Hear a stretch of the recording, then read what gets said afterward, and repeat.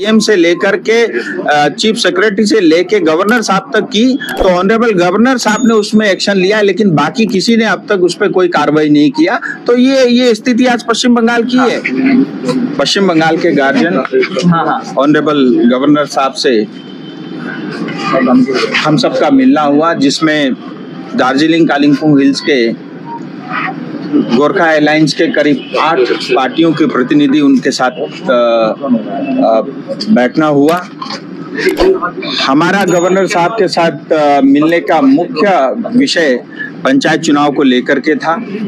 हम सब जानते हैं कि पिछले दिनों किस तरह से जो है चोपड़ा के अंदर में हिंसा हुई, किस तरह से सिलीगुड़ी में party office, BJP party office को जलाया गया, और आज जिस तरह से पहाड़ के अंदर में वातावरण को दूषित करने का काम टीएमसी और उनके सहयोगी द्वारा हो रहा है।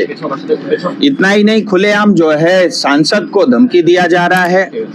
हमारे जो अलायंस पार्टी के जो कैंडिडेट है उनको धमकाया जा रहा है, उनको पैसे का लालच दिया जा रहा है, जो पैसा भ्रष्टाचार से उनके पास है, और नॉमिनेशन जो है वापस करने के लिए जिस तरह की जो है प्रेशर उनके ऊपर बनाया, और आज जो है जिस तरह से खुलेआम पब्लिक को धमकाया जा रहा है कि अगर आप वोट देने जाओगे तो सड़क का पैसा आपको देना पड़ेगा, अगर आप वोट देने जाओगे इसका खामियाजा आपको चुकाना पड़ेगा। इसका मतलब अब पश्चिम बंगाल में लोकतंत्र बचा ही नहीं है, यानी जनता घर से निकल करके वोट कर नहीं सकती, ऐसी स्थिति टीएमसी ने बनाई है।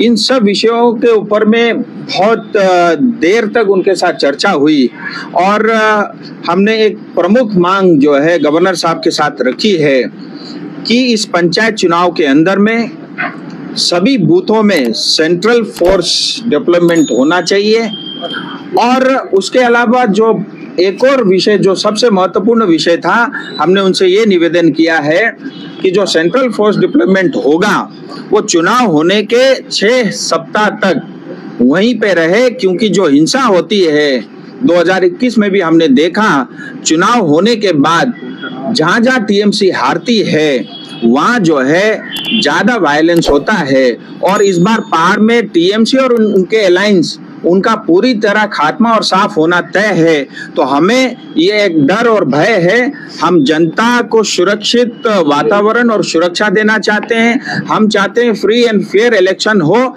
जिससे जनता घर से निकल करके अपना मत का उपयोग करे और सही उम्मीदवार का चुनाव हो, जिससे वो गांव-गांव में विकास करे। ये डीएम के पास कोई लिखित अभियोग हुआ है? पहाड़ में आप जो बोल रहे हैं कि इतना धमका, देखिए डीएम को कई बार लिख लिए, एसपी को बहुत सारी चिट्ठियां लिखी।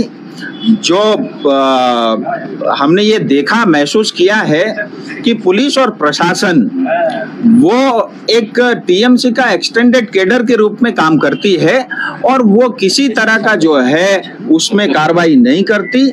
मुझे इस बात की खुशी है कि जब मैंने एक कंप्लेन एसपी डीएम से लेकर के चीफ सेक्रेटरी से लेके गवर्नर साहब तक की, तो ऑनरेबल गवर्नर साहब ने उसमें एक्शन लिया, लेकिन बाकी किसी ने अब तक उस पर कोई कार्रवाई नहीं किया। तो ये स्थिति आज पश्चिम बंगाल की है।